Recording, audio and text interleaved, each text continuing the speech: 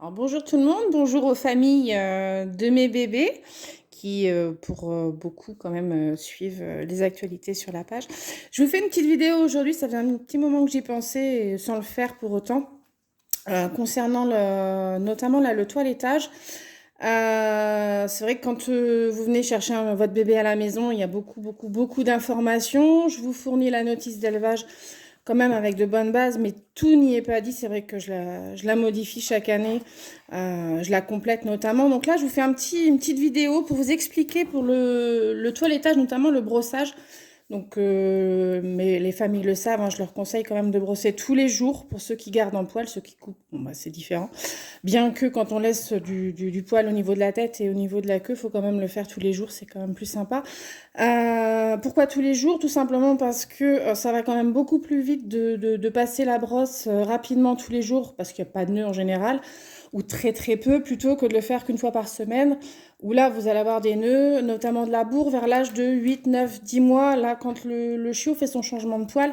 Là même en brossant tous les jours, on peut avoir de la bourre, parce qu'en fait le poil de bébé part pour laisser place au poil d'adulte, et faut l'enlever hein, avec la brosse. Et si on le fait pas, ça s'en mêle. Donc c'est quand même plus rapide de faire tous les jours plutôt qu'une fois par semaine, et d'avoir des nœuds et que ce soit long pour vous et pour le petit. Voilà, alors comment faire le brossage? Ça, je sais que je le mets pas dans la notice d'élevage, c'est vrai que je l'ajoute. L'idéal, c'est de commencer en mettant le chiot, ouais, là que j'ai pris l'exemple avec Tennessee, parce que je suis en train de la faire. On allonge le chiot sur le dos, donc moi les bébés, quand ils partent de la maison, ils ont déjà l'habitude d'être allongés sur le dos, c'est vrai que c'est pas une position naturelle, parce que c'est une position de soumission. Moi, je les habitue dès tout petits, pour le brossage et pour la coupe. Donc ça, j'en parle, hein, des poils, des coussinets, des griffes. Là, il faut que je le fasse. Moi, je le fais tous les 15 jours. Donc on allonge le chiot sur le dos. On brosse en fait tout le dessous. En fait, voilà, comme ça. Donc là, j'ai commencé déjà le côté. On fait les pattes. Donc là, bon, avec une seule main, ça va être difficile de le faire en live. On fait les pattes. Hop, donc là, un côté, l'autre côté. Ensuite, on retourne le chiot, on le met soit assis ou debout, et on fait le dessus. Ça permet vraiment de bien brosser l'ensemble en fait de la fourrure, parce que si vous brossez le chiot uniquement en position assise ou debout, en fait, vous n'aurez pas forcément, c'est vrai qu'il y a de l'épaisseur, vous n'aurez pas forcément accès au dessous. Et puis c'est quand même une position qui est, quand ils sont habitués, assez confortable. D'autre part, cette position vous permet de vérifier aussi, donc tous les 15 jours, hein, c'est pas besoin de le faire toutes les semaines, vérifier tous les 15 jours en fait la pousse des poils. Donc les poils des coussinets, en fait, faut que je les coupe, parce qu'en fait, si ça pousse et ça vient recouvrir les coussinets, ça c'est ce que j'explique hein, notamment aux familles quand elles viennent chercher leur bébé.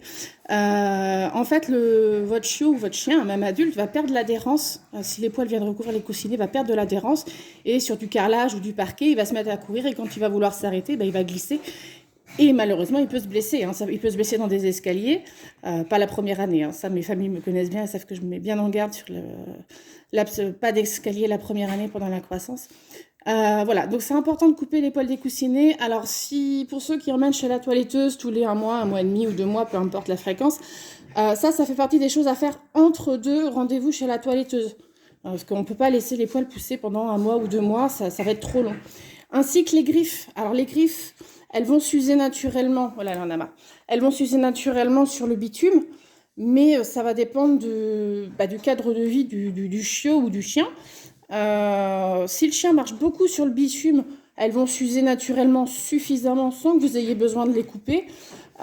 Si c'est pas le cas, donc c'est pour ça c'est bien de jeter un coup d'œil tous les 15 jours, ou quand vous connaissez votre loulou, si ça s'use pas très vite, si ça pousse pas trop vite, en tout cas tous les mois.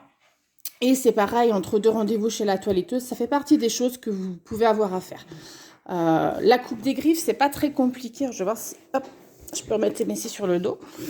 Pareil, la coupe des griffes, moi je le fais dès tout petit. Hein. Dès le premier mois, je le fais. Oui, là c'est à faire. On coupe la partie blanche uniquement.